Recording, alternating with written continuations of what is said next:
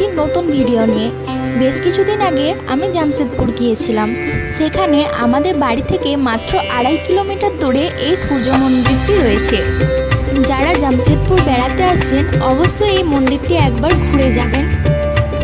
গেটের ভিতরে ঢুকতেই এরকম ছোট ছোট কিছু মন্দির রয়েছে। প্রথমে দেখুন এখানে হনুমানজির একটা ছোট্ট মন্দির রয়েছে, পাশেই রয়েছে এখানে একটা শিব মন্দির এবং মা শেরাওয়ালির মন্দির।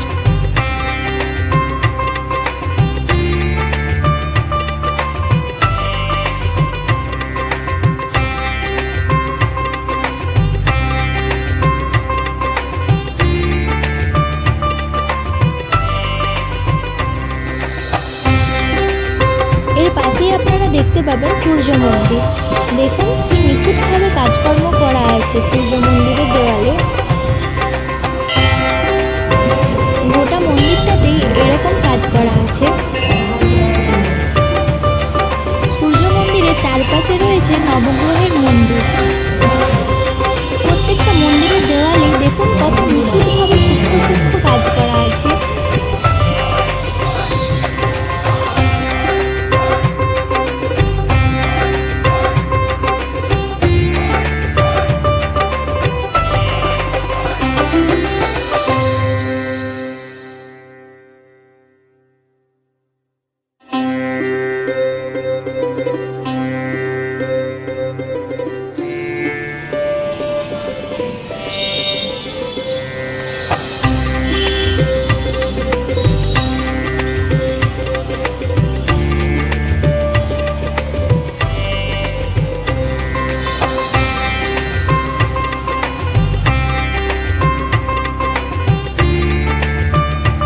মন্দিরের ভিতরে সূর্যদেবের এই সুন্দর মূর্তিটি রয়েছে, আর উপরেও দেখুন কি সুন্দর নিখুঁতভাবে কাজকর্ম করা রয়েছে।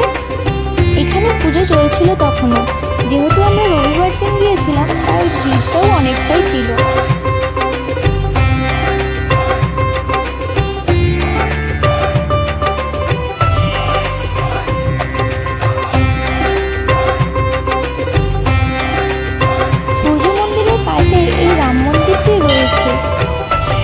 যেমন সূর্য মন্দিরটিও সুন্দর, সেরকম রাম মন্দিরটাও অনেকটাই সুন্দর ছিল।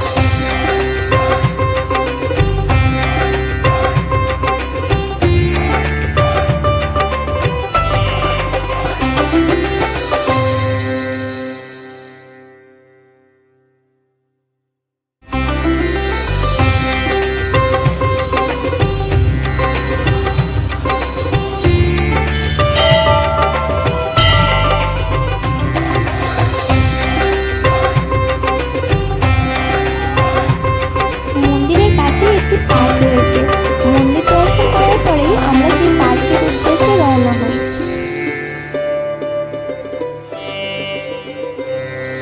প্রথমে একটি সাইনবোর্ডে পার্ক খোলা এবং বন্ধের সময়টা লেখা ছিল। এই পার্কটা সকাল 9টা থেকে 1টা পর্যন্ত খোলা থাকে এবং সন্ধে 4টে থেকে 8টা পর্যন্ত খোলা থাকে। শীতকালের দিনে সকাল 9টা থেকে রাত্রি 9টা পর্যন্ত পার্কটি খোলা থাকে। বাইরে থেকে এই দুটো মন্দির একসাথে কত সুন্দর লাগছে দেখুন।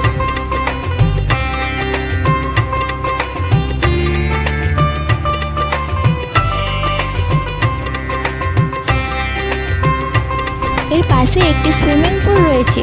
আমরা যখন গিয়েছিলাম তখন বাচ্চাদের সেখানে সামার ক্যাম্প চলছিল।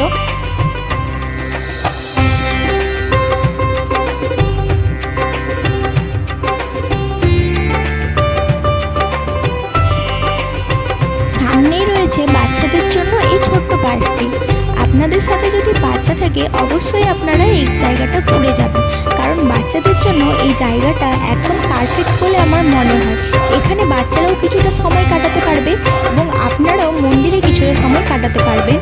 আজকের মতো এখানেই ভিডিওটি শেষ করলাম। দেখা হচ্ছে নতুন কোনো ভিডিওতে। ভিডিওটি ভালো লাগলে অবশ্যই আমার চ্যানেলটি সাবস্ক্রাইব করবেন।